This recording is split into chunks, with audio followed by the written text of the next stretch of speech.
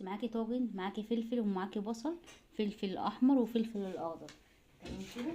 معاكي جميع التوابل يا جماعه اللي عندك، عشان انا عندي توابل ايه لسه ناقصه. تمام كده. واتنين ماجي. معايا بقى هنا هيبقى فيه ليمون، هيبقى فيه مستردة، حبة مستردة كده حلوين، صوص صويا، بس تروجي الازازة كويس قبل ما تحطي. معاك حبة كده حلوين. طبعا انا حطيت ليمون يا جماعة.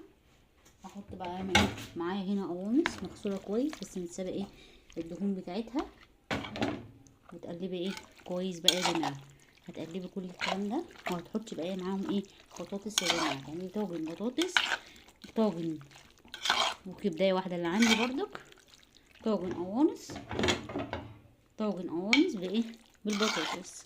طبعا بقى عندك مثلا فطار صايمه بقى، صايمين في رمضان، اكله خفيفه عايزه تعمليها، عشوه خفيفه عايزه تعمليها، هتعملي الطاجن ده خفيف جنب ايه حبه مكرونه محمرين، حبه رز بشعريه، حبه رز ابيض. تمام كده. ومعايا ايه هنا ايه البطاطس يا جماعه. احط بقى الكميه واقلب وايه، وبقى احط بقيه ايه كميه تاني.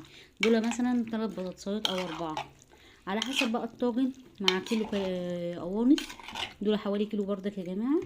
بصي بقى وهتقلبيهم كويس يا جماعه مع حبه زيت. انا ايه حاطه حبه زيت لان كده كده الدهون هتنزل كتير.